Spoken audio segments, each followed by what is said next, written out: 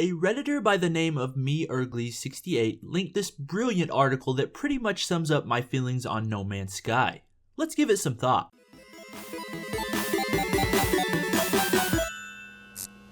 What is going on, you beautiful thought-having people, you? Give it thought back here today for another No Man's Sky discussion video, and I wanted to make this video to bring this article to light for everyone because for me, it really hit the nail on the head with the language it used to describe the experience of No Man's Sky. It was written by Jeff Minter, who is a video game designer and programmer. According to his Wikipedia page, he has developed a good number of arcade shoot-'em-ups with a distinct neon color scheme. He also seems to have some fascination with llamas and sheep, but that's beside the point. The article is fantastic, so let's get right into this one. So starting off, the main idea of this article is that you are a space tourist, not a conqueror, or a trader, or a pirate even. But we'll return to that in a second.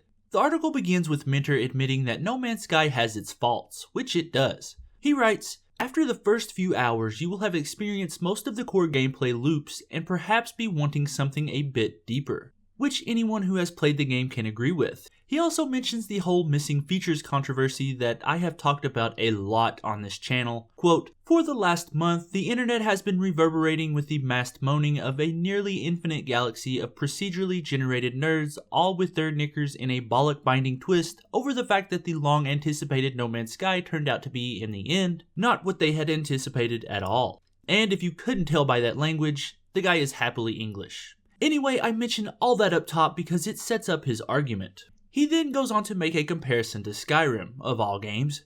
Okay, wait, an explanation is coming.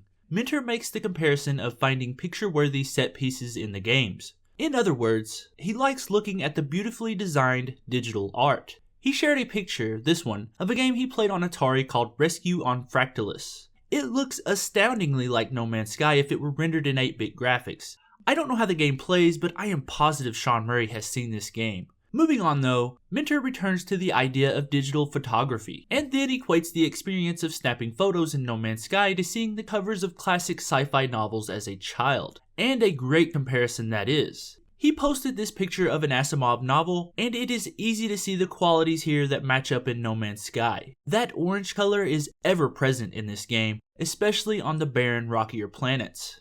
Minter wraps things up with this. "In the end, I'm not so much a galactic trader or a pirate or anything like that.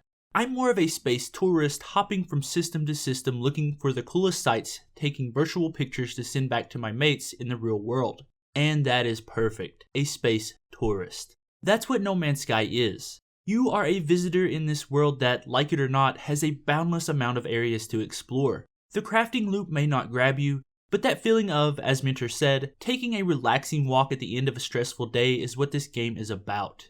I remember Sean Murray saying that No Man's Sky will be a chill game before it came out, and that has turned out to be one of the only true claims he made. I agree with Minter here. This game is not for people looking for epic space battles or tight first-person shooter action. It is for people who enjoy walking their dogs, people who just want a soothing experience to end their day with. Not that I fault people who looked for a fast-paced space shooter, because that was what No Man's Sky was sold as. But this is what the game really is, and I think it would have found monetary success in this role if it were promised as this type of game initially. Maybe not as much success, but Hello Games would not be dealing with all the backlash that erupted when players got their hands on No Man's Sky. But that's about it for the article, so I urge you to go read the whole thing. I'll leave a link in the description. Minter has a really interesting take on this game.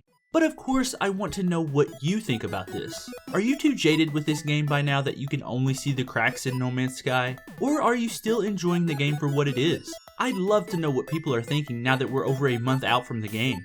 But I think that's the end of today's video. If you enjoyed this video, you know what you have to do. Smack that like button for me, and if you're new here, why not subscribe? It'll put you first in line for all the upcoming No Man's Sky news. And if you missed yesterday's video all about Final Fantasy 15, why not go check that out? In that one, I gave 3 reasons why veterans of the Final Fantasy series will still enjoy Final Fantasy 15, even if they don't like the looks of it. And I think that's it for me today. Thank you so much for watching, and remember, give thought to everything.